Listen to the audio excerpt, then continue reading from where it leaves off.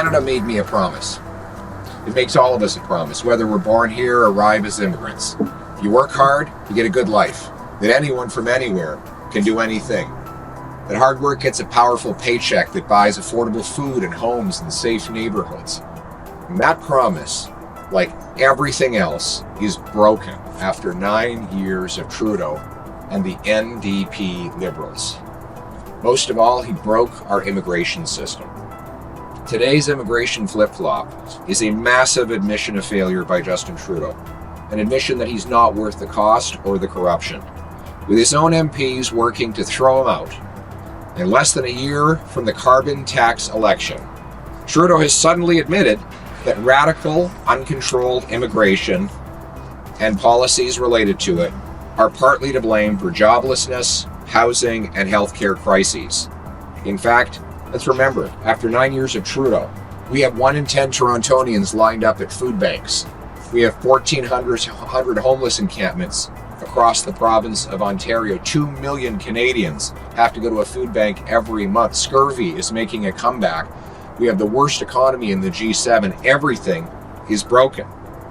And his immigration minister admits that immigration is out of control after 9 years of Liberal policies. They increased population growth by 200% over the last several years alone. Now, Trudeau called anyone who disagreed with these radical policies racist. Now he's the one cutting immigration to pull back on the disastrous mistakes that he made. But worst, he destroyed the best immigration system in the world. A system that had a common sense consensus of conservatives and liberals for 150 years. Immigration was not even controversial before Trudeau came along. Trudeau's last-minute pre-election reversal cannot be believed. He can't fix the immigration system that he broke.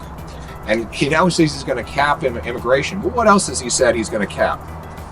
He said 6 months ago he was going to cap the number of temporary residents in this country to 5% of our population. Since that time, it's gone up to 7.3%. He said he'd cap the carbon tax at 11 cents a liter. Now it's 17 cents, and he plans to quadruple it to 61 cents. He said he'd cap this year's deficit at $40 billion. It's already $47 billion just 6 months later. You can't believe anything he says, especially when he's claiming that he will fix what he broke. Common sense conservatives will fix what Trudeau and the NDP Liberals broke. As for the people who've come here as international students that Trudeau let in record-smashing numbers without housing, jobs, admissions letters to real educational institutions, or money to pay their bills, I don't know what's going to happen to them. He claims he's going to be kicking some of them out. He'll never do that. And he can't even control our borders. We can't expect that Justin Trudeau will keep any of these frantic, panicked, last-minute promises that he's making to reverse his earlier decisions that he's making now when his own MPs in the Liberal Party are trying to fire him in an election year. He is a panicked, incompetent, failed prime minister who is not worth the cost, the chaos, and the corruption. Well, if you want to know what we're going to do, look at what was done in the 150 years before Justin Trudeau. We had the best immigration system in the world. Just 9 years ago, we had a housing surplus. We built more houses in 2015 than were necessary to house the new people coming to the country. It's hard to believe. We had one home for every 1.5 new people. And that was a housing surplus. I was housing minister. Why? Because we had a controlled, common sense immigration system that had worked for a century and a half, and Justin Trudeau came along and with reckless abandon totally demolished it.